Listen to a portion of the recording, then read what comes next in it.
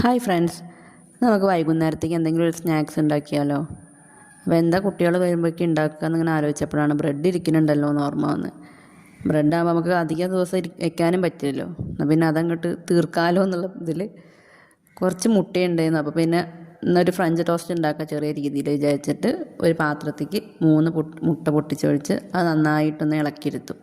പിന്നെ അതിലേക്ക് ഞാൻ കുറച്ച് പാലൊഴിച്ചു.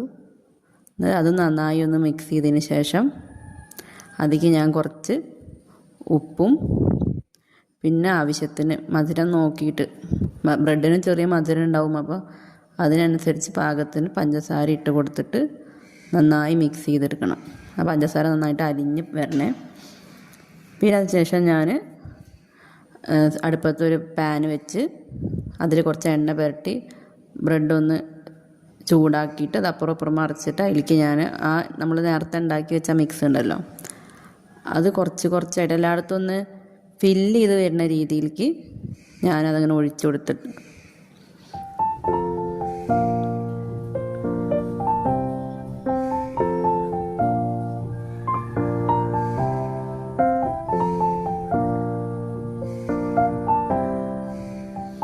ഇതേ രീതിയിൽ നമുക്ക് ബാക്കിയുള്ള എല്ലാ ബ്രെഡും ഒന്ന് സെറ്റാക്കി എടുക്കാം.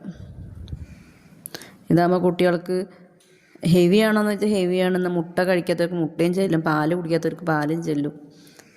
അപ്പോൾ എൻ്റെ മോളൊന്നും പാല് കുടിക്കില്ല, അപ്പോൾ ഇങ്ങനെ കൊടുക്കുകയാണെങ്കിൽ പാലൊക്കെ എത്തും ചെയ്യും. അങ്ങനെ നമുക്ക് ആ ബ്രെഡൊക്കെ മുഴുവനായിട്ട് ചെയ്തെടുക്കാം.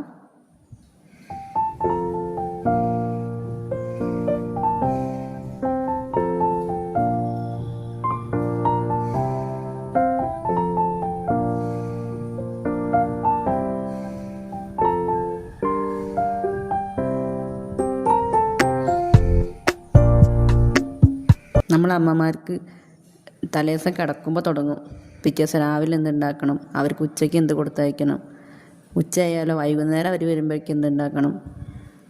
അതിലും ഈ മക്കൾക്കാണെങ്കിൽ ഓരോരുത്തർക്കും ഓരോ ഇഷ്ടങ്ങളാവും. അപ്പോൾ ഇത് അവരുടെ ഇഷ്ടങ്ങൾ നോക്കിയിട്ടാണ് നമുക്ക് ഉണ്ടാക്കാൻ. അപ്പോൾ അതാ നമ്മളെ ഫ്രഞ്ച് ടോസ്റ്റ് റെഡി ആയിട്ടുണ്ട്. എല്ലാവരും ഒന്ന് ട്രൈ ചെയ്ത് നോക്കുകൊണ്ട് കേട്ടോ. Thank you.